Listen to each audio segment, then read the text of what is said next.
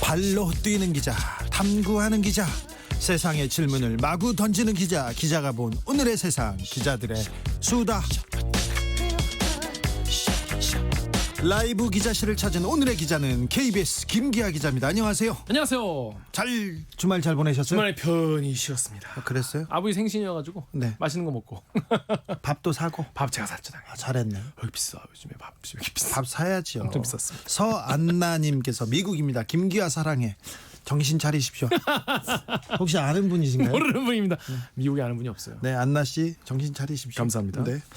한 주의 시작. 네. 주진우 라이브로 해보자고요. 네. 제가 원래 수요일이었는데 네. 이제 월요일로 옮겨왔습니다. 좀 잘하니까 뉴스는 원래 이제 시사나 뉴스가 원래 월요일이 원래 소비가 많거든요. 월요일날 세죠. 그렇습니다. 그래서 어깨가 많이 네. 부었습니다. 오늘 그래가지고 저희가 월요일 주진우 라이브 라인업을 박주민 최고위원하고 김기아로 이렇게 설치했는데 김기아가 불안합니다. 아이고 네. 너무 클래스가 열심히 하겠습니다. 김기아 기자의 묻힌 뉴스 브리핑 첫 번째 뉴스부터 만나보겠습니다. 네, 저희 첫 순서라서 중요한 거 가져왔습니다. 전남 신안 가거도 삼성물산 국가 상대 100억 사기 사건 혹시 아십니까? 요거 중요한데 KBS 말고는 보도를 안 하네. 너무 신기하더라고요. 네. 저 이거 이제 준비 한번 찾아봤는데 네. 진짜 도덕 없어요. 예. 뭐냐면 전남 신안 가거도에 방파제, 슈퍼 방파제, 엄청 큰 방파제를 짓는데 그냥 방파제도 않고 슈퍼 방파제래요. 그렇습니다. 요거를 삼성물산이 짓기로 했는데 네. 국가 상대로 100억을 사기친 것이 아니냐 이런 의혹입니다. 그렇죠. 우리 돈 100억이 지금 삼성한테 가버린 거예요. 네, 이게 2013년에 삼성물산이 시공을 맡았고 지금도 짓고 있어요. 네. 지금 짓고 있는데 그때 무슨 보도였냐면 삼성물산이 당시에 하도급 업체, 당시 같이 일을 하는 하도급 업체를 압박해가지고 공사비 견적을 부풀려라 이렇게 시켰다는 겁니다. 네. 허위로 공사비 견적을 부풀리게 하고 이 부풀린 자료를 이용해가지고 이미 배정받은 국가 예산을 다 썼다 여기에. 네. 이렇게 보인 것처럼 거짓말을 해가지고 국민 세금이 100억 원 이상 부당하게 삼성물산이 가져갔다는 의혹. 요거를 삼성이 세금 100억 원을 빼돌렸다는 의혹입니다. 그렇습니다. 중요한 요거를 기사입니다. 요거를 KBS가 작년에 보도를 했는데 그냥 보도한 게 아니라 견적서 부풀리기에 직접 내가 참여했다라는 실명 관계자의 폭로. 장부. 예, 그리고 삼성물산과 설계업체 사이에 오갔던 장부, 서류, 이메일 등을 토대로 이 예산 탈취 의혹을 보도한 바가 있습니다. 자, 언론 보도는 이어지지 않았지만 수사에 들어갔어요. 그런데 그렇습니다. 수사 이게 원래 삼성에 가면 벽에 그 가로막히는 경험을 너무 많이 했는데 이 수사는 조금씩 잘 됐어요. 그렇습니다. 이게 수사하는데 1년이 넘게 걸렸습니다. 예. 1년 정도가 걸렸는데요. 왜 이렇게 오래 걸렸냐면 일단 자료가 많고 이 건설이 좋은 자료가 많잖아요. 그리고 가거도기 때문에 왔다 갔다 세안 경찰이 사실 왔다 갔다 하기가 힘들었다고 해요. 근데 그보다 삼성물산 측의 비협조 그렇게 협조를 안 했다고 합니다. 수사에. 네. 그래서 1년 정도 이제 수사가 걸렸는데 수사 결과가 대충 나왔어요. 네. KBS 보도대로 견적서 부풀리기 그리고 이걸 가지고 국가를 상대로 한 사기 혐의가 확인된 겁니다. 예. 부당하게 삼성물산이 챙긴 이득이 100억이 넘는 것으로 확인됐고요. 모두 국민 혈세죠. 그래서 해경이 당시 공사를 지휘했던 삼성물산 상무를 포함한 삼성 측 2명, 설계업체 직원 3명 등 5명에 대해서 구속영장을 신청했습니다. 특정 경제범죄 가중처벌법상 사기 혐의입니다. 영장 실질 심사는 언제 열립니까? 그거 이제 확인해 보겠습니다. 네. 그래서 사기 상대가 누구냐면 국민을 상대로 이걸 사기를 친 그렇죠. 거잖아요. 세금이죠. 그래서 우리 삼성물산의 입장은 어떨까라고 물어봤어요. 네. 그러니까 삼성물산에 물어보니까 별도의 입장문을 내놓지는 않겠다라고 밝혔습니다. 네. 중요한 내용인데 다른 데서 보도를 안 합니다. KBS 탐사보도팀에서 1년 넘게 지금 잘 열심히 보도하고 있습니다. 여러분도 관심을 가져야 됩니다. 내 돈이 들어가 있어요. 내 세금이 걸로 가 있어. 그렇습니다. 부자한테. 그래서 이달 중으로 이제 서울 남부지검으로 이 사건이 송치가 될 것 같은데 더 문제가 뭐냐면 이제 KBS 수사는 여기까지예요. KBS 취재는 여기까지예요. 근데 해양경찰이 수사를 해봤더니 새로 드러난 혐의가 있었던 겁니다. 어떤 내용이요? 뭐냐면 그나마 짓고 있던 방파제도 부실공사다. 아, 그래요? 라는 거예요. 이게 가고도가 워낙 그 서남단이기 때문에 이 태풍의 그 피해가 많거든요. 그래가지고 지난해에도 태풍 링링으로 이 방파제가 이제 파괴가 됐는데 그래서 해경 수사 결과 비용 절감을 위해서 부실 공사를 한 것으로 드러났습니다. 뭐냐면 연약 집안 공사를 엉망으로 했다는 건데요. 이 연약지방공사가 뭐냐면 방파제를 세우려면 방파제의 밑에 주축이 되는 땅 자체가 물렁물렁하지 않고 탄탄해야 되지 않습니까? 요거를 탄탄하게 만드는 것이 연약지방공사입니다. 근데 이거를 삼성물산이 2016년에 공사를 할 때 시멘트가 잘 주입됐는지 땅은 제대로 단단해졌는지 이런 점검도 제대로 하지 않은 채 그냥 공사를 서둘러 마무리한 것으로 해경 수사 결과 확인됐습니다. 시골 가거나 바닷가 가거나 어디 놀러 갔을 때 보면요, 방파제 공사하는 거 많이 보입니다. 근데 저기에 방파제가 필요할까? 그런데 공사를 하고 있어요. 수백억, 수천억이 엄청 들기도 단위가 커요. 그리고 시골에 길이 2차선 도로인데 옆에서 4차선을 또 놓고 있어요. 근데 그 길이 꼭 필요할까 이런 생각을 해보는데 공사는 계속됩니다. 네. 이게 눈먼 돈, 혈세 빼먹는 거예요. 지자체에서. 그런 것이 아니냐는 이 얘기겠죠. 대기업과 지자체 그리고 공무원 간의 이 결탁으로 우리 세금이 마구 새 나갑니다. 이런 공사만 안 해도 줄여도 우리가 청년들 저렇게 취업하는데 어렵게 하지 않을 수 있어요. 교육하는데 그렇게 어렵게 허리띠 졸라매라고 이렇게 하지 않을 수 있어요. 그런데 너무 많은 세금들이 이렇게 빠져나가는 것 같아서 안타깝습니다. 이방희님 수사심의위원회 열어 이것도 이렇게 얘기하는데 아유 여기 열면 어떻게 될까봐 걱정돼요. 그럴 그러니까요. 수 없어요. 네, 다음 뉴스로 가볼까요? 나로호를 기억하십니까? 아유 기억하는데 나로 이거 저기 항공센터 나로호 말하는 거죠? 맞습니다. 한국항공우주연구원 항우연이 만들었던 나로 우주센터죠. 네. 나로 우주센터가 우리가 그동안 굉장히 국민적 열망, 우리도 드디어 자체 발사체가 있구나 이런 열망을 가지고 굉장히 응원하지 않았습니까? 엄청나게 또 많은 그 투자비 연구비를 거기다 쏟아 부어서 우리가 뭘 좀 우주센터를 만드는 뭐 기반이다 이렇게 생각했는데 그렇죠. 그리고 거기에 들어간 이제 기술이 물론 이제 외국 기술도 있지만 우리나라가 자체 개발한 이 로켓과 엔진으로 간다 뭐 이런 얘기가 많았잖아요. 예. 그랬는데 알고 보니까 지난 3월에 항우연 그러니까 한국항공우주연구원이 나로 부품을 폐기하기로 했습니다. 그 안에 만들었던 부품들을 폐기예요? 연료 탱크, 이동 받침대, 발사체 덮개, 엔진 이런 거를 이제 폐기했는데 박물관이나 연구소로 가야 되는 거 아닙니까? 원래 그렇게 하기로 했었습니다. 근데 어떤 이유에서인지 이거를 그냥 9점을 그냥 폐기하기로 한 거예요. 폐기를 하는데 이거를 경기도에 있는 한 고철상에다가 700만 원, 단돈 700에 싹 넘겼다고 합니다. 이거 뭐죠?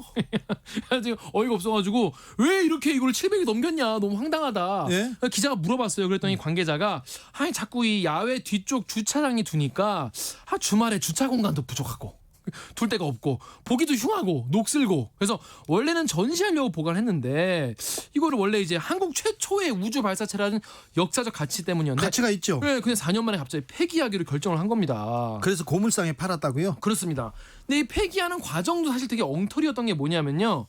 이제 그 내부 문건을 우리 KBS가 입수해서 봤더니 한 철제 박스 철로 돼 있는 이 상자를 폐기하기로 하자 이런 문건이 있어요. 이걸 보니까 박스 내부가 비어 있어서 활용 가치가 없다. 폐기하자라고 돼 있습니다. 근데 알고 보니까 그 박스 안에 뭐가 있었냐? 비어 있었던 게 아니라 우리 기술로 개발했던 로켓 시제품 킹모터라는 게 들어 있던 겁니다. 이게 위성이 이제 쭉 올라가면은 궤도에 이제 진입시킬 때 상단의 엔진에 이게 축축축 쏴주는 그런 엔진이에요. 이거 만드는데 300억 원 들었습니다. 이거를 그냥 넘긴 겁니다. 500만 원에. 700만 원에. 그래가지고 항우연이 이걸 뒤늦게 알고 고물상을 다시 찾아가서 그거 아직 있죠? 그래가지고 다시 사겠다고. 그래서 500만 원에 이거를 다시 사왔다고 합니다. 사오긴 했어요? 네, 사왔다고 합니다. 그래서 이거를 어떻게 이런 일이 있었는지 자체 조사를 하겠다고 합니다. 아니 근데 모두 사온 거는 해요. 처음엔 700만 원 주고 팔았는데 일단 지금 킹모터만. 킹모터 하나만. 그건 워낙 이제 중요한 거니까 사왔다고 합니다. 네. 이게 뭔 생쇼인지. 이명박 정부 때 인공위성을 샀다가 네. 헐값에 팔았던 그런 그렇죠. 일이 있었는데요. 네. 이것도 비슷한 것 같습니다. 그렇습니다. 국민들이 관심을 두지 않으면요. 잘 안 돌아가는 분들이 많습니다. 특별히 네. 공무원들도 좀 국가와 민족을 위한다는 그 공공성에 대한 사명 이런 것이 좀 떨어진 분들도 많다는 것도 우리가 좀 생각해 봐야 될 구석입니다. 좀 안타깝네요. 마지막 묻힌 뉴스 볼까요? 네, 요거는 우리가 요즘에 좀 코로나에 대해서 조금 무감각해지지 않았나 사람들이 이런 생각이 들고 또 일상 방역은 어떻게 하는 게 좋은가 요거에 대해서 한번 가져와 봤습니다. 잠시만요. 김기아 기자 말할 때 여러분들 좀 귀가 따갑다는 분들이 있는지 모르는데 김기아 기자가 얘기하면 저도 같이 얘기하다가 조금 지나면 제가 숨이 차고 목이 아파요. 톤 좀 알겠습니다. 네. 제가 누구한테 톤 조절 이런 걸 얘기할 정도는 안 되는데 그런 분들이 조금 있을 것 같아서. 알겠습니다. 송구합니다. 자, 얼굴 빨개졌잖아요. 수줍어. 제가 수줍음이 많아가지고. 그렇습니까? 원래 이 코로나19가 감염되는 톤 경로가 조절 안 됩니다. 경로가 사람의 침방울이거든요. 네. 근데 이게 그냥 직접 튀는 경우도 있지만은 침방울이 묻은 물체를 내가 손으로 만진 뒤에 요 손으로 내 눈이나 코를 만질 때.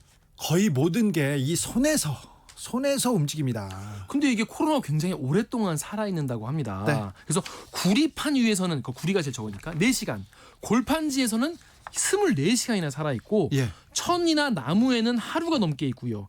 유리에서는 이틀, 스테인리스 스틸이나 플라스틱 위에서는 무려 4일이나 살아있는다고 합니다. 오, 네, 이거 굉장한 정보네요. 그렇습니다. 굉장히 위험해서. 네. 근데 이거를 소독도 그래서 이걸 소독을 해야 되는데 올바르게 하는 게 중요하다. 그래가지고 26일에 중앙방역대책본부가 올바른 소독법을 소개했습니다.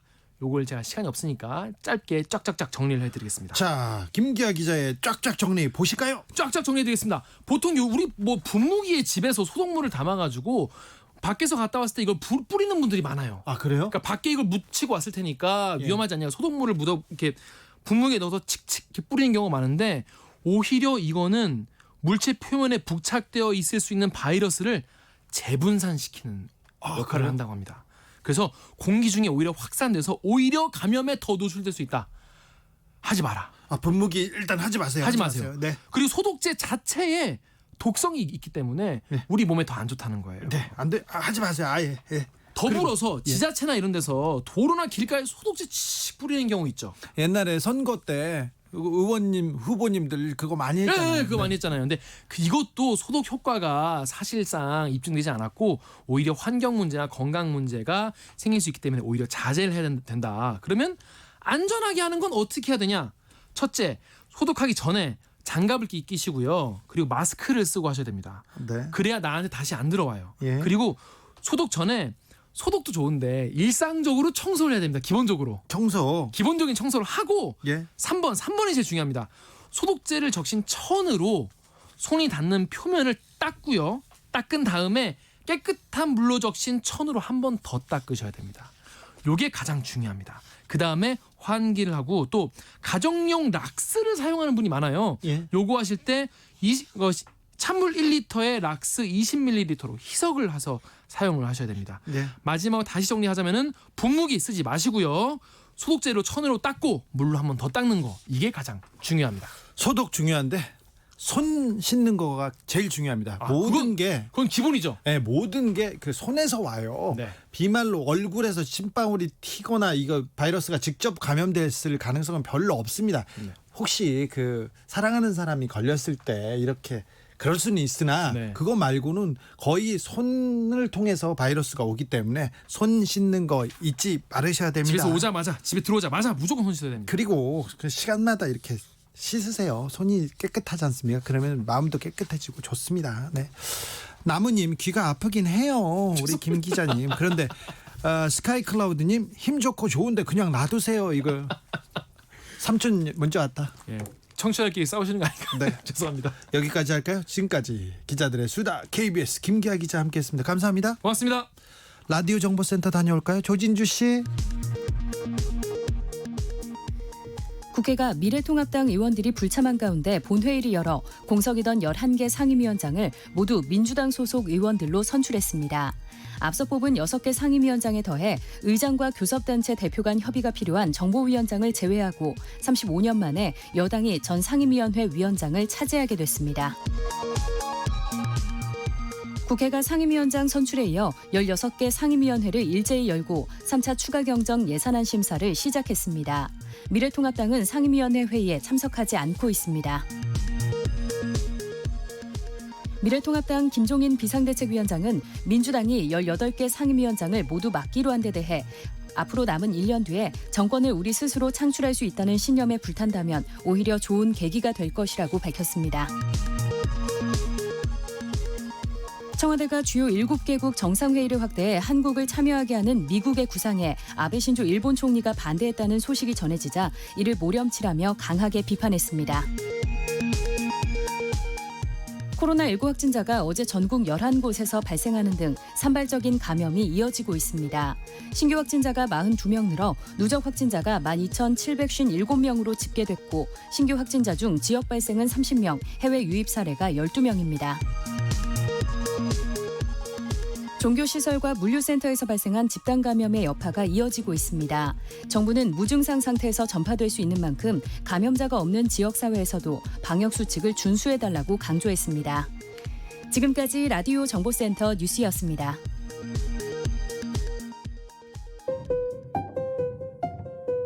정치 피로, 사건 사고로 인한 피로, 고달픈 일상에서 오는 피로.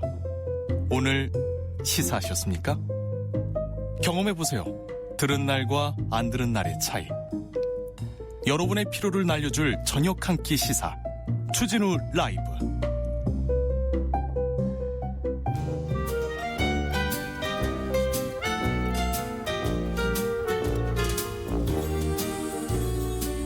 민생이 먼저다.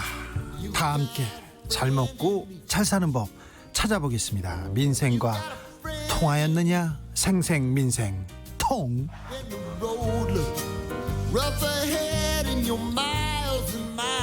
안진아 선아 민생 생각 안진걸 민생경제연구소장 어서 오세요. 네, 안녕하십니까. 오늘은 어디에서 오시는 길입니까? 지금 방금 여의도에서 우리 주진 라이브를 위해서 네. 이제 도서관에서 공부 좀 하러 왔는데요. 공부를? 왜냐하면 이 부동산 대책이 있어서만큼 저는 국민들한테 정말 면목이 없습니다.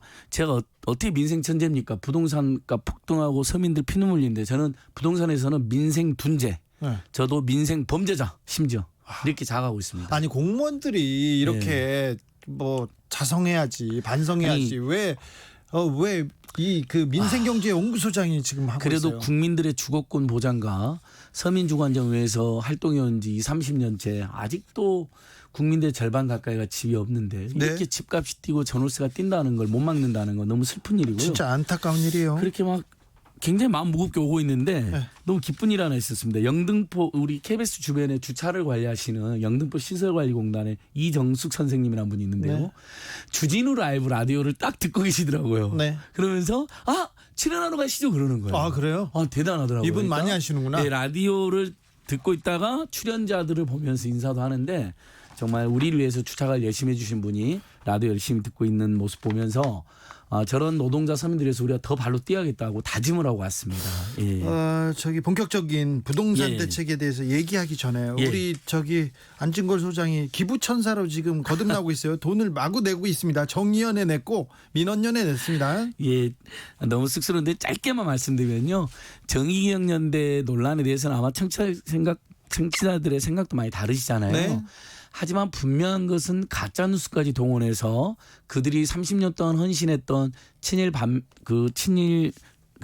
일본 제국주의에 추악한 전쟁 범죄를 규명하고 사죄받고 배상하는 거 그것까지 막 마녀상을 무너뜨리려고 하는 이들이 있습니다. 저는 정의기억연대가 이참에 국민들이 지적하는 여러 가지 잘못이나 실수에 대해서는 철저히 개선하되 그들의 활동은 더욱 권장되고 옹호받아야 된다. 네. 그래서 제가 이제 여기저기 방송도 출연하고 되돌아보고 쓰다라는 책을 팔아서 내서 받은 인세 같은 거 모아가지고요. 또 상지대에서 강의한 강의료 같은 건 제가 어차피 국민들한테 받은 돈이니까 모아서 정의연대 2천만 원, 그다음에 언론개혁에 앞장서 달라고 민원연에 1,100만 원을 기부하게 됐습니다. 쑥스럽습니다. 네, 예. 아무튼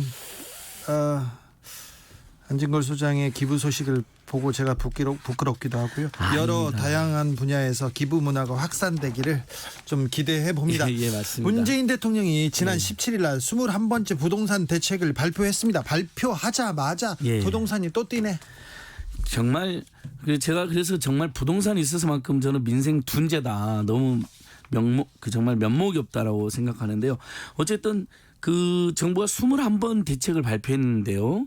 최근에도 10일 6일 날 발표했고 투기 수요를 근절하고 실수요자들을 보호하겠다는 것 이건 굉장히 취지는 좋습니다. 취지는 좋은데요. 예. 실수요자들 그러니까 집을 좀 사야겠다. 내 집 마련하고 예. 싶다는 사람들이 지금 다 분노하고 있어요. 그러니까 왜냐하면 취대로라면 그 투기꾼들은 사실 부동산을 내놔야 됩니다. 예. 그러니까 집이 떨어지려면 시장 원리로 우리가 생각하면 물론 이제 주택은 시장 원리로만 이해해서는 안 되는 곳이지만 다주택자들이 보유세가 너무 올라가니까 야 우리 이러고 집 계속 가지고 있다는 세금 너무 힘들겠다 하고 집을 내놓고 그럼 공급이 늘어나잖아요. 네. 그다음에 일정하게 이제 신규 주택도 공급하고 그다음에 실수요자들 입장에서는 내가 집을 살지 공공임대주택을 살지 했는데 공공임대주택이 풍부하게 공급돼 있으면 굳이 집을 안 사도 되면 수요는 또 줄어들게 되잖아요. 안 그래도 지금 인구수도 줄어들고 있으니까. 네. 그러면 공급은 늘어나고 수요는 줄어드는 효과가 발생합니다. 그럼 당연히 집값이 떨어지길 기대했는데 웬걸 풍부한 유동성이나 저금리 기조. 네. 돈이 그다음에 많은 시중에. 여전히 투기 세력들은 정부 정책을 비웃으면서 특히 핀셋형 그 일부 지역 규제를 추가하는 방식으로 합니다. 네. 문재인 정부가. 그러니까 이번에도 김포 파주가 빠졌거든요. 그 네. 규제 지역에서. 그쪽으로 바로 또 풍선 효과가 발생합니다. 네. 저번에 11대 축 때도 대전이나 연대가 빠졌으니까 그쪽으로 다 이제 충청권으로 풍선 효과가 엄청 발생했습니다. 충청권에서 오르면 다른 지역도 따라오르고요. 따라오릅니다. 이번에도 왜냐하면- 김포 파주가 예. 또 고공행진하니까 또 다른 데도 따라오르고요. 예. 그래서 지금 제가 두 가지 반응 하나 소개하려고 하는데요. 그럼 핀셋 하지 말라고 그래요. 예, 핀셋 그러니까 못 하니까. 맞습니다. 그래서 핀셋 규제로 실패를 했는데 네. 청와대 내 이 부동산 정책 담당자들이나 국토교통부의 장관이나 또는 담당자들이 제가 보기에는 계속 자신들의 실패를 인정하지 않고 네. 계속 어디가 풍선 효과다 그러면 그 지역도 추가로 조정 대상 지역 투기 과열지구로 지정하고 그럼 거기 빠져있는 대로 또 풍선 효과 발생하고 네. 근데 방금 말씀드린 것처럼 그쪽이 올라가면 인근 지역에 또 가격이 동시에 상승하고 예. 그러면 아까 말한 서민들은 이제 현 정부 들어서서는 투기소가 근절되고 실수요자들이 이제 집값이 떨어지길 기다리는 거잖아요.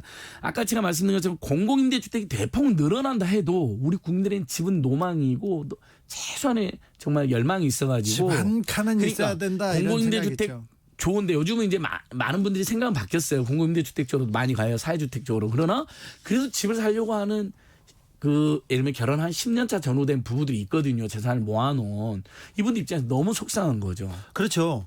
그래서 그리고 반응이 두 개가 제가 소개를 할게요. 이건 정말 문재인 정부를 적극 지지하는 분들이 모여있는 SNS에 제가 직접 본 거예요. 내가 이 정부를 너무 지지하지만 부동산 정책에 대해서는 분노하지 않을 수 없다. 예. 당장 청와대와 국토교통부 등 이 부동산 주택정책 담당하는 저 중에 1가구 2주택이 있는 사람들 싹 잘라라. 정말 이렇게 써져 있어요. 예. 이거 못하면 욕까지 나와 있어요. 욕까지 막 써놨어요. 네. 그것도 봤고요. 오늘 참여연대라는 유력 시민단체에서 기자회견한 거 봤는데 문재인 정부의 부동산 정책은 사실상 실패했다라고 예. 굉장히 참여연대가 이제 신중하게 그동안 이제 문재인 정부가 잘하는 부분은 격려하고 못하는 부분은 예리하게 비판했지만 이렇게 강도 높게 완전 사실상 실패했다라고 오늘 예. 청와대 앞에서 기자회견하고 7대 요구안 발표하면서 역시 거기서도 다주택자 고위 관료들이나 고위 참모들 집 왜 안 팔고 있냐. 네. 당장 그 사람들도 경질해라. 이런 강력한 요구를 하더라고요. 왜 다주택자에 대한 보유세를 인상하는 거는 왜 그렇게 어려운가요? 그러니까 일단은 우리 국민들 입장에서는 이런 의심이 들 수밖에 없는 거예요. 지금 국회의원의 3분의 1도 다주택자고요. 네. 청와대나 정부의 고위 인사들 다주택자 많습니다. 여전히 네. 예전보다는 줄어들었다고 해도요. 근데 당연히 다주택자들은 종부세 올라가는 게 좋아할 거야 안 좋아할 거야 속으로. 안 좋아하죠. 안 좋아하겠죠. 네. 우리 국민이 이제 그런 의심까지 가지게 된 겁니다. 그렇죠. 그러니까 어떤 시민단체 인사는 또 이렇게 직격탄을 날렸습니다. 아니 권력까지 가졌으면 부는 탐하지 말아라. 예. 부를 탐할 거면 권력을 가지지 말고. 그게 맞잖아요. 권력도 가지고 부도 탐하다 보니까 뜨뜻미진한 정책이 나왔는데 물론 작년에 종부세를 계속 인상하는 법안을 냈습니다. 네. 근데 아시다시피 미래통합당에서 반대가 심합니다. 예. 이번에 당선된 미래통합당 의원들이 첫 번째 낸 법안도 종부세를 올리기는커녕 인하하자는 겁니다. 그러면 지금 2주택, 3주택, 4주택씩 가지고 있는 사람들 더 안 팔죠.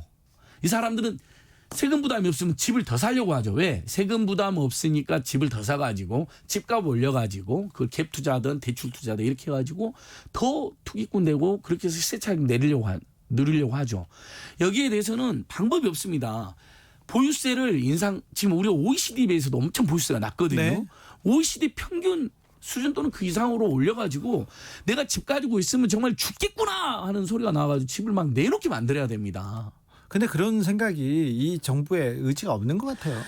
아니 매번 저도 오늘 참여연대가 발표한 것처럼 부동산 정책이 실패했고 저는 민생 천재가 아니라 민생 둔재고 정말 국민들의 면목이 없다. 심지어는 이 집값으로 울고 있는 서민들이 생각하면 나는 민생 범죄자다 이런 생각까지 하고 있는 네. 저로서도 부동산 정책이 실패했다라는 거에 동의하는데 다만 계속해서 어쨌든 종부세를 강화하고 실수요자를 보호하고 임대주택을 공급을 늘리려고 정부나 서울시와 경기가 노력한 부분은 저는 인정해주고 싶어요.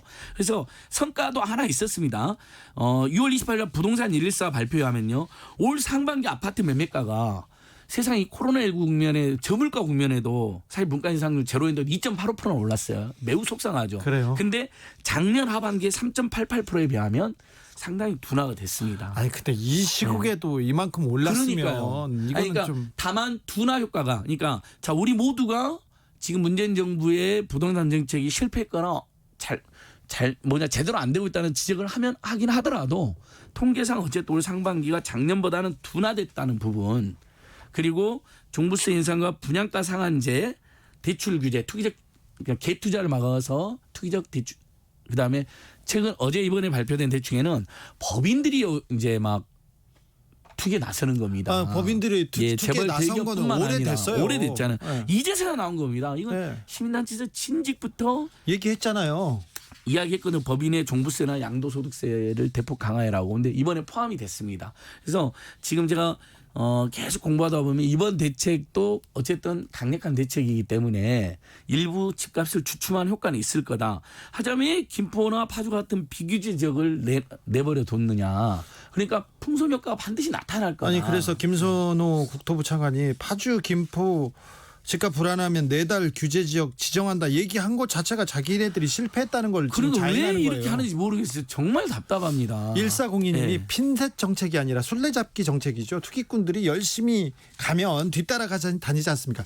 이걸 핀셋이라고 할 게 아니라 이게 그 야구 글러브나 권투 글러브를 끼고 이렇게 뭘 잡으려고 하는 것 같아요. 잡을 생각이 있는지 예. 또 의심스러울 정도예요. 그래서 신용 정책이라는 비판도 있습니다. 그러게요. 어쨌든 집 없는 국민이 지금 45% 정도 되거든요. 이분들은 집값이 떨어져야만 집을 살 수가 있잖아요. 특별히 예.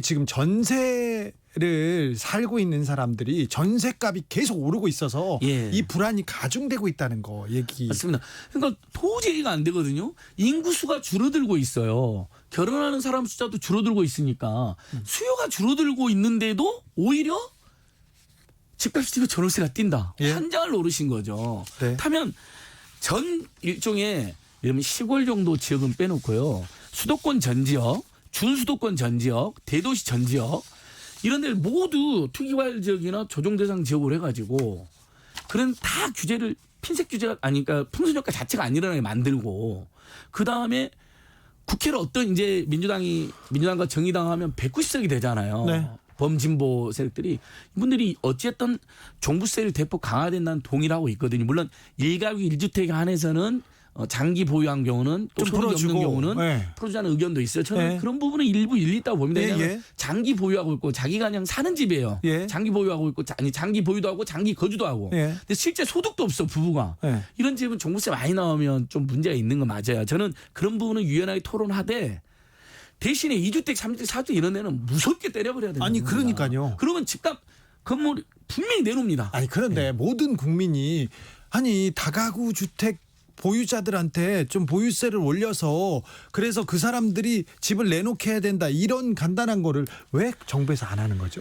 예, 그러니까 추진은 했는데 네. 그래서 국회에서 반대에 부딪히게 됐습니다. 아시다시피 종부세는 법에 정해져 있어서 아니요. 예, 법을 고쳐야 되는 문제가 있거든요. 법 얘기도 예. 하지만 다른 대책이 나올 텐데 왜 대책을 제대로 못 내놓는지 모르겠습니다. 4747님이 예. 아파서 병원에 갔는데 치료약도 주고 주사도 주는데 20번 넘게 처방을 내고 근데 효과가 없어요. 그러면 효과를 예. 보지 못했다면 의사를 바꾸든지 병원을 옮겨야 하는 거 아닌가요? 국토부 장관님 꼭 들어주세요. 이렇게. 아니 저는 의사를 바꾸라는 그 말에서 문재인 대통령님까지 지적하는 내용이라고 봐요. 네. 문재인 대통령 저는 이 문제에 대한 저는 일종의 비상한 이식으로 국민들에게 사과도 해야 될 것 같아요. 뭔가 21번이나 대책을 내놨는데 반드시 집값을 잡겠다고 여러 번 말씀하셨잖아요. 대통령께 직접 나서서. 근데 못 잡고 있고 오히려 뛰었단 말이죠. 그러면 그건 정책의 신뢰성과 지도자의 말에 어떤 무게를 생각해서라도 저는 국민에게 사과하고 특단 대책 내놓겠다. 지금 부동산 보유세율이 시가총액 대비 우리가 0.16%밖에 안 됩니다. OECD 0.44%의 절반도 안 돼요. 네. 그러니까 이런 건 이미 통계로 다 나와 있고 네. 우리나라 국민들이 다 교육과 부동산은 한 전문가시잖아요. 네. 아 제가 오늘 너무 허탈해갖고 네. 정말 죄송할 지경입니다. 부동산 정책 이야기는 저희가 꾸준히 다루도록 하겠습니다. 이 경제 문제에서 그리고 또 집 얘기는 우리 그 생활 서민들의 생활에 가장 근본적인 문제이기 때문에 계속 하겠습니다. 최저임금 얘기 조금 물어보고 싶은데 이거 우리 부동산 얘기는 이 정도 하고 최저임금 얘기 심플하게 핵심만 좀 짚어주십시오. 자 최저임금 오늘이 사실은 법정으로 정해야 되는 기일이었거든요. 오늘 하기로 했었는데. 예. 근데 지금 최저임금은 최저임금법에 의해서 최저임금위원회라는 공공기관이 노동자위원 9명, 사용자위원 9명, 공익위원 9명이 결정을 합니다. 보통 이때쯤 되면 노동자위원 9명이 요구안, 사용자위원들 9명 요구안 이렇게 언론에 나오는데 아직 요구안도 나오지 않았습니다. 코로나19 때문에 다들 힘든 상황인데 아직 갈 길이 머네요. 먼저 민주노총이 이제 노동자위원은 민주노총하고 한국노총 출신과 추천으로 구성됐는데 민노총 25% 요구안을 제시해서 너무 과도한 거 아니냐는 지적이 논란이 일고 있습니다. 일단 지르고 봤네요. 예, 근데 한국노총은 그 정도는 어렵겠다라는 이제 의견을 밝혔고요. 예. 사용자 의원들은 동결 또는 삭감을 주장하고 있는데 자 코로나19 때문에 아무리 경제가 어렵다 해도 물가는 아까 말씀드린 것처럼 어쨌든 오르고 있고 전월세도 오르고 있는데 동결 또는 삭감하면 그 최저임금 선의 노동자인 500만 명과 그에 영향을 받는 1000만 명의 임금 노동자들은 생활 수준이 후퇴하게 됩니다. 이건 있을 수 없는 일입니다. 근데 걱정이 뭐냐면 예. 또 최저임금 이렇게 올리잖아요. 그러면 또 을과 을들의 또 싸움으로 만들어서 언론이 그렇게 만들어 가지고 그렇죠. 최근에도 지금 언론이 그 공기업 비정규직들 정규직 전환한 거하고 취업준비생들하고 쌈을 붙이는데 아니 합리적인 해법 좀 논의하면 되지 그렇게 쌈을 붙여야 되겠습니까? 정말 을과 을들끼리 저는 이거 성토하고 싶은데 맞습니다. 최저임금도 저한테 화를 내고 그러세요. 자 제가 지금 최저임금이 8,590원이거든요. 올해 이미 2.87%밖에 오지 않았습니다. 네. 근데 여기서 또 삭감하고 동결한다는 건 너무 가혹합니다. 이분들의 삶이. 월급 기준으로 179만 원인데 그것도 주휴수당이 포함됐을 때 179만 원인데 주휴수당을 빼버리잖아요. 그럼 150만 원대입니다. 근데 우리가 한국 사회에서 뭐라고 합니까 다들. 월급 2, 300은 있어야 산다 그러잖아요. 사람 뽑을 때도 2, 300은 맞춰주고 사대 보험 맞춰준다 그러잖아요. 근데 159만 원 주휴수당 해봐야 179만 원 어떻게 삽니까? 그래서 제가 묘안을 생각했습니다. 이건 정말 제가 요즘 고민하고 있는데 5%를 딱 올리면 9,000원입니다. 최저임금이. 네. 그러면 이제 시급 9,000원을 지금보다는 중소상공인들이 있어서 문제잖아요. 그분들에게는 일자리 안정적금을 최대한 지원해 주자. 이렇게 해서 을과 병의 싸움을 막자. 네. 그러면 어쨌든 500만 명의 최저임금 노동자들은 그래도 5% 오르니까 시급 9,000원으로 그래봐야 월급으로는 185만 원 정도밖에 안 됩니다. 그 정도는 우리 사회가 맞춰주고 그걸 지구하기 어려운 중소상공인들하고 소기업에는 일자리 안정적금의 지원을 강화하자 이렇게 균형을 잡았으면 좋겠습니다. 25%는 저도 어렵다고 봅니다. 매우. 네. 최저임금에 대한 그 심의 논의 여기에도 관심을 좀 둬야 됩니다. 기사가 나오고 언론에서 보도하지 않습니까? 그게 전부가 아니니 좀 깊게 봐야 됩니다. 네. 예. 여기까지 듣겠습니다. 생생민생통 안진걸 소장 함께했습니다. 감사합니다. 예, 너무 죄송한 마음입니다. 김정우님이 대한민국 부동산 문제는 경제이신 케인즈가 장관으로 와도 쩔쩔매다 회임될 듯 그렇지만도 않고 그렇게 어려운 문제는 아닌 것 같은데 왜 이걸 잡지 못하는지 모르겠습니다. 교통정보센터 다녀올까요? 정현정 씨. 네, 오늘 전국이 흐린데요. 충청도와 남부지방, 제주도에 비가 오고 있고 차차 그 밖의 지역으로 확대되겠습니다. 특히 밤 사이에는 강원 영동과 경북에 300mm 이상의 강한 비가 예상됩니다. 침수와 산사태 피해 없도록 대비하셔야겠습니다. 도로 위에 돌발 상황이 많은데요. 먼저 경부고속도로 서울 방향 통도사 하이패스 부근 3차로에는 승용차 단독 사고가 있습니다. 북대구 부근 4차로에도 사고가 나서 뒤쪽으로 1km 구간이 밀리고요. 대전 진출로에서는 소형 화물차 사고가 있었고 신탄진 부근에서는 4차로와 갓길에서 중형 화물차 사고를 수습하고 있습니다. 반대 부산 방향은 칠곡 휴게소 부근 3, 4차로에서 화물차 사고가 있었습니다. 부근이 혼잡해서 미리 차로 변경하시는 게 좋겠고요. 영동고속도로 인천 방향은 강릉 분기점 부근에서 대관령까지 안개가 자욱해서 살펴서 지나셔야겠습니다. 중부 내륙고속도로에서는 대구 방향 서대구 부근 1차로에 승용차 사고가 있었습니다. 여파로 서대구에서 금호 분기점까지 차들이 서행하고 있습니다. KBS 교통정보센터였습니다. 테이크아웃 시사 나왔습니다. 오늘도 하나 챙겨가세요. 주진우 라이브.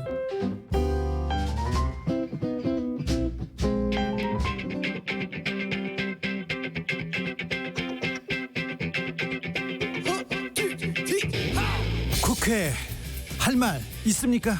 국회의원한테 민원 넣고 싶으세요? 그렇다면 잘 오셨습니다. 21대 국회 으뜸 친절왕 박주민과 함께하는 주민센터. 여러분의 뜻에 귀를 기울이겠습니다. 주민센터의 주치의원 박주민 더불어민주당 최고위원, 안녕하세요. 네, 안녕하십니까. 네, 요즘은 무슨 일 때문에 바빠요? 뭐 오늘도 그 법무부, 뭐 법원행정처, 뭐 감사원 다 출석한 상태에서 예산 관련된, 네. 추경 관련된 회의가 있었고요. 법사위는 계속 돌아가고 있군요. 회의는 네. 계속하고 있군요. 특히 오늘은 이제 법사위뿐만 아니라요. 오늘 18개 상임위 위원장을 다 뽑았기 때문에 네. 18개 상임위에서 예산 관련된, 네. 추경과 관련된 회의는 지금 다 진행되고 있는 네. 상황입니다. 네. 국회 묻고 싶은 거, 국회의원한테 민원 넣고 싶은 거 다 여기로 얘기하십시오. 자, 그러면 제가 궁금한 거 좀 물어볼게요. 예. 국회 21대 국회 원구성이 완성됐습니다. 최종 협상이 어제 결렬됐어요. 원래는 뭐 다 잘했다, 합의문까지 만들었다 했는데 결국은 결렬됐습니다. 그래서 민주당이 모든 상임위원장을 맡게 됩니까?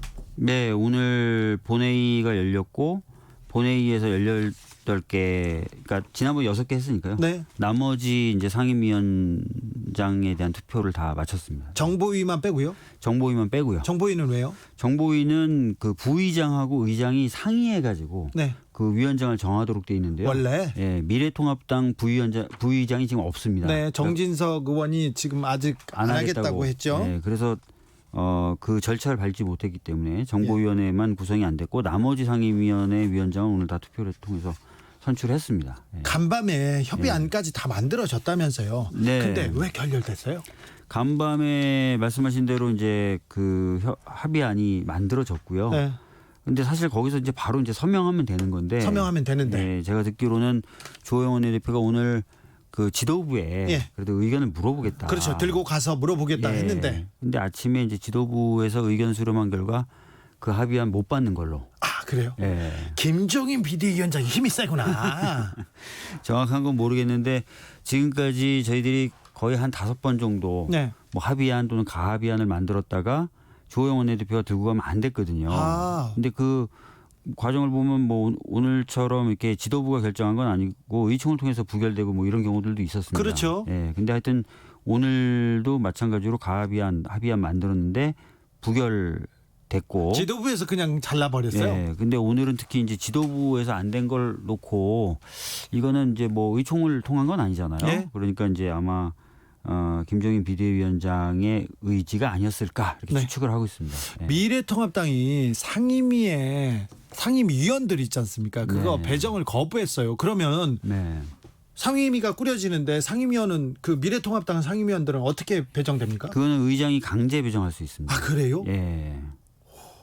강제 배정을 할 수 있습니다. 네. 재난 문자 소개해드리겠습니다. 2020년 6월 29일 18시 30분 기준으로 제주도 산지 지역에 호우 경보가 발효됐습니다. 이 지역에 계신 분들 각별히 조심하십시오. 오늘 밤에 비가 많이 온답니다. 각별히 조심하시고 벼락도 조심하십시오. 네. 네. 아까 말씀드린 실용 정보 있지 않습니까?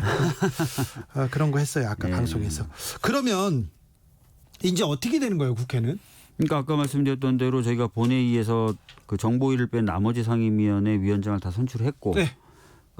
그다음에 이제 추후에 의장이 상임위 위원, 네. 미래통합당 의원들에 대한 강제 배정을 하겠죠. 강제 배정합니까? 예, 그렇게 되면은 모든 이제 상임위가 완전체로 이제 구성이 되면서 돌아가게 되는 겁니다. 그냥 돌아가요? 예.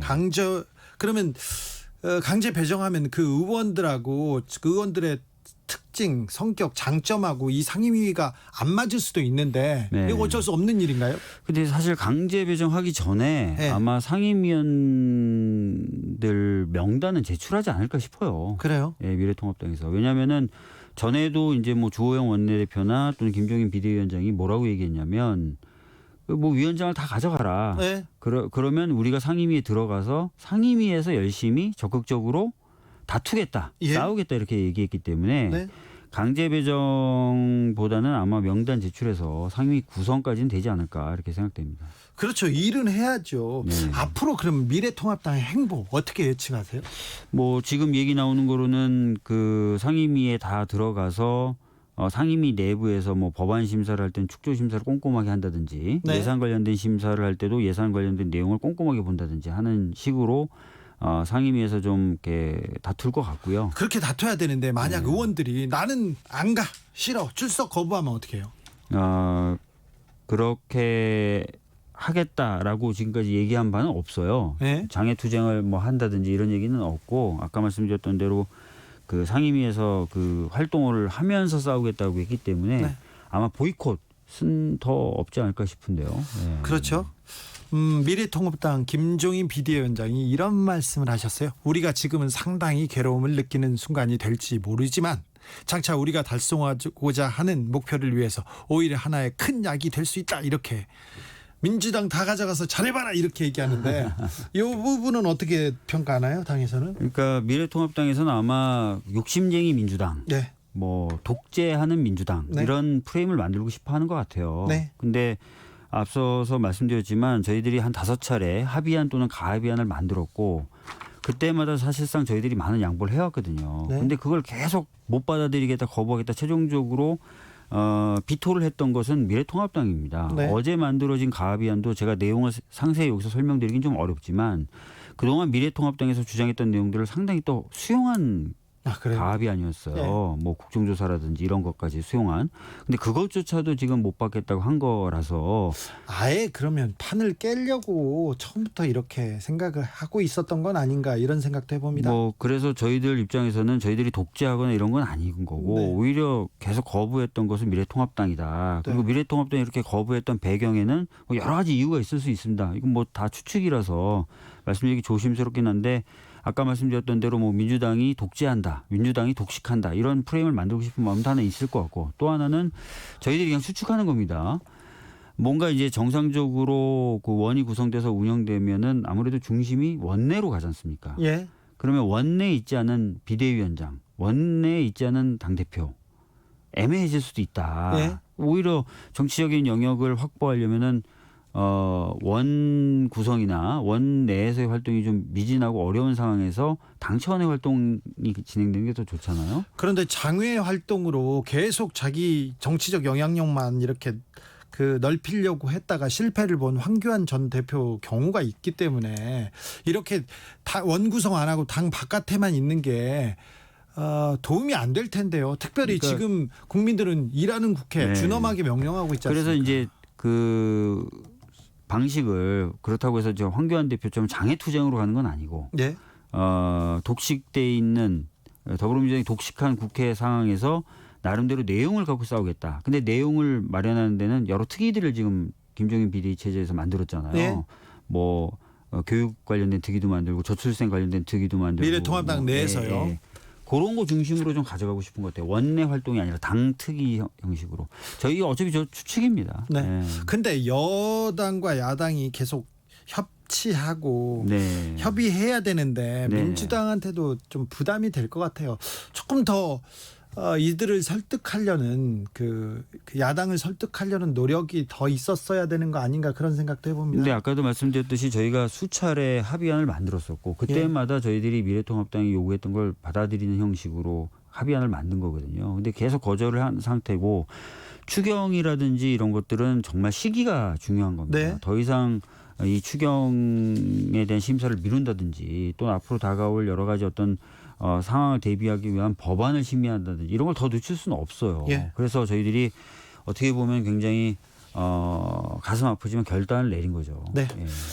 그러면요, 의원님. 네. 3차 추경은 어떻게 됩니까? 됩니까 바로? 3차 추경은 아까 말씀드렸던 대로 오늘부터 이제 상임위가 돌아가면서 상임위별로 심사를 하고 있고요. 예. 그래서 내일 9시 반까지 상임위에서는 좀 맞춰달라라는 요구를 받았습니다. 네. 그다음에 예결위로 넘어가겠죠. 그래서 예결위에서 이틀 이상 열심히 좀 심의를 하고 그다음에 이제 최대한 7월 3일까지는 통과시키는 것으로 그렇게 프로세스를 잡고 있습니다. 본회의 마친 후에 민주당에서 회의했죠. 최고위원 회의. 본회의 전에 최고위원 그랬어요? 회의를 한 겁니다. 그때 무슨 얘기했어요? 이해찬 대표는 뭘 하던가요? 그때 말씀드렸던 것처럼 아까 말씀드렸던 대로 어제 밤에 이제 합의안에 대한 설명을 들었고 네. 그것을 가지고 이제 주호영 원내대표가 지도부의 판단을 좀 받아봐야 된다고 해서 시간을 좀 줬다.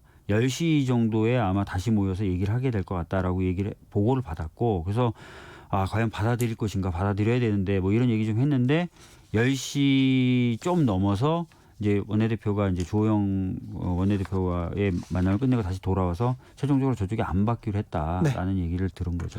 1156님이 이런 식이면 공수처도 어려울 텐데요. 어려워지나요? 공수처 아시다시피 제가 몇 번 또 설명을 드렸는데 공수처장을 하려면 공수처장 후보추천위원회가 만들어져야 되고 공수처장 후보추천위원회가 7명으로 구성되는데 그중에 2명이 미래통합당 추천 몫입니다. 네. 지금 이대로 간다면 아마 그 2명을 추천하지 않는 그럴 거예요. 그 모습이 연출이 될 수도 있거든요. 예. 하여튼 저희들이 최대한 압박을 하고 설득도 하고 해서 좀 추천을 하도록 그렇게 해보려고 합니다. 좀 어려워지네요. 4481님이 박주민 의원님 항상 고맙습니다. 대통령님 공약사항인 10년 공공임대주택 분양가 전환 가격 산정 방식 변경은 언제 이행되나요? 여야 모두가 지난 국회에서 발의를 여러 번 하신 것 같은데 이번에는 되겠지요? 저희들이 뭐 여러 가지 그 주택 또는 주거 안정을 위해서 노력을 하고 있고 그래서 주택임대차 보호법이나 이런 것들 발의했거든요. 네, 부동산 질문하니까 급 피곤해졌어요. 우리 박주민 최고가. 좀 더 열심히 저희들이 해서 주거 안정의 결과를 좀 낳도록 하겠습니다. 네. 부동산 관련된 법안이나 부동산에 관한 거는 조금 더 열심히 해야 될 것 같아. 뭐 요즘에 보면은 굉장히 상대적 박탈감을 느끼시는 분들이 많고 어려움을 호소하시는 분들이 많아서요. 그런 부분에 있어서 저희들이 최선의 노력을 다하겠다는 말씀드리겠습니다. 그 부분 좀 아프죠. 네, 뭐 저희들이 여러 가지 노력을 하고 있는데 그 노력의 효과가 제대로 좀 나타나지 않는 부분이 있는 것 같습니다. 네, 노력 부족합니다. 더 해야 됩니다. 열심히 하겠습니다. 별다래님이 민원 제기합니다. 민원 왔습니다. 공수처법 수정해 주세요. 그러니까 법을 개정해서라도 좀 통과시켜달라는 얘기 같습니다. 네, 뭐 저희들이 한번 야당 다시 한번 정말 열심히 설득하고 압박도 해보고요. 정 안 되면 뭐 그런 가능성도 있겠죠. 네. 노영식님이 2002년 히딩크 감독이 오셔가지고 4강에 올랐잖아요. 네. 국회의원, 국무위원 그러니까 장관도 외국 전문가한테 개방해 보는 건 어떨지. 저희들이 더 열심히 하겠습니다. 네. 예. 부동산 관련해서는 또 진짜 용병이 필요한 건가 이런 생각도 하는 분들 많습니다. 네. 저희가 지금 부동산 관련된 얘기를 먼저 해서 맞습니다. 여기까지 하고요. 우리 헌법 전문가 주민의 헌법의 저자인 헌법 전문가 박주민 최고위원한테 몇 가지 또 현안에 대한 헌법 사항 물어보겠습니다. 네.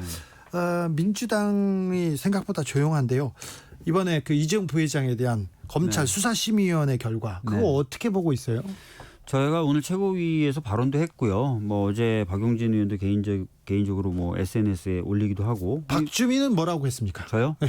저는 이제 수사심의위원회의 이번에 권고에 대해서 굉장히 검찰이 신중해야 된다. 그걸 그대로 따르면 안 된다는 취지로 얘기했죠. 왜냐하면 저보다 더 잘 아시겠지만 이재용 부회장에 대해서 이미 국정농단 사건의 대법원 전원합의체 판결에서 뭐라 그랬냐면 승계 작업이라는 게 존재했고 네. 그것을 부정한 청탁의 목적으로 해서 말 주고 뭐 돈 주고 했기 때문에 승계를 위해서 뇌물을 줬다. 예, 이렇게 그래서 했죠. 오히려 뇌물 액수나 이런 것들 다시 판단해 볼 필요가 있다라고 해서 고등법원으로 파기환송을 시켰어요. 예. 그러니까 대법원 전원합의체에서도 그 승계 작업의 존재, 그다음에 승계 작업을 원활하게 하기 위해서 뇌물을 제공했다는 사실 이런 거 다 인정을 한 거죠. 예. 그다음에 이제 이재용 부회장에 대한 구속영장 청구가 얼마 전에 있었고 네. 물론 이제 영장은 기각됐지만 네. 그 영장 실질 심사를 담당했던 법원조차도 이렇게 얘기했습니다. 혐의 충분히 소명된다. 네. 이렇게 얘기한 거고 법원에 이제 그 판단을 좀 더 받아봐야 된다. 그러니까 유무죄라든지 이런 거 당사자 주장을 이 얘기는 무슨 얘기냐면 혐의 충분히 소명되고 기소 필요성도 이런 거 인정한 거예요. 네. 재판 본안 재판 판단 받아봐야 된다 이렇게 얘기한 네. 거기 때문에 그래서 이런 어떤 법원의 연속된 판단이 있었음에도 불구하고 그것과 정반대의 그 결과를 내놓은 것이라서 이 결과에 대해서 무조건 따르는 것은 안 된다. 네. 신중하게 판단해야 된다라고 이야기했습니다. 예. 여러분께서는 지금 그 헌법 최고 전문가 중에 한 분인 주민의 헌법 저자인 박주민 최고위원과 함께하고 있습니다. 이분이 신중한데요. 헌법에 대해서는 굉장히 뚜렷하게 강력한 주장으로 써놨어요. 책이 너무 재밌고요. 일단 기본적으로 생활에 도움이 됩니다. 생활에 도움이 됩니다. 책 얘기 더 하면 안 됩니다. 그리고 또 하나 또 물어볼게요. 한동훈 검사장에 대한 법무부의 직접 감찰 이게 법에 어긋난다 이런 보도가 나오는데 어긋나나요? 아니에요. 제가 그래서 질문을 미리 보고 몇 가지 규정을 들고 나왔는데요. 법무부 감찰 규정이라는 그 규정이 있어요. 여기 보면은 사회적 이목이 집중된 감찰 사건의 경우에는 직접 감찰하게 할 수 있는 거예요. 네. 그렇기 때문에 규정에 위반된다 이런 주장은 맞지 않죠. 아니 근데 그러면 할 수 있는 건요. 네. 그러면 법무부 장관이 지금 지시한 게 그냥 뭐 통상적인 지시라고 볼 수 있죠. 네, 그럼요. 근데 네. 지금 법무부 장관께서 굉장히 화나신 것 같아. 평소에 뭐 페북글 그런 거 많이 안 쓰시는 분인데 네. 막 얘기하고 있거든요. 왜냐하면은 지금 최근에 몇몇 언론이나 또는 야당에서 법무부 장관의 문제 지적, 예. 법무부 장관의 최근에 여러 가지 발언에 핵심적인 이유, 근본적인 어떤 부분을 가지고 건드리는 게 아니라 뭐 표현 방식, 심지어 어떤 분은 인성을 거론하면서 비판을 하더라고요. 그래요? 근데 절대 그런 식의 문제 제기를 해서는 지금 검찰이 갖고 있는 문제 해결에 전혀 도움이 안 됩니다. 네. 예, 그래서 오늘 제가 이거 관련해서도 최고위 발언을 했는데요.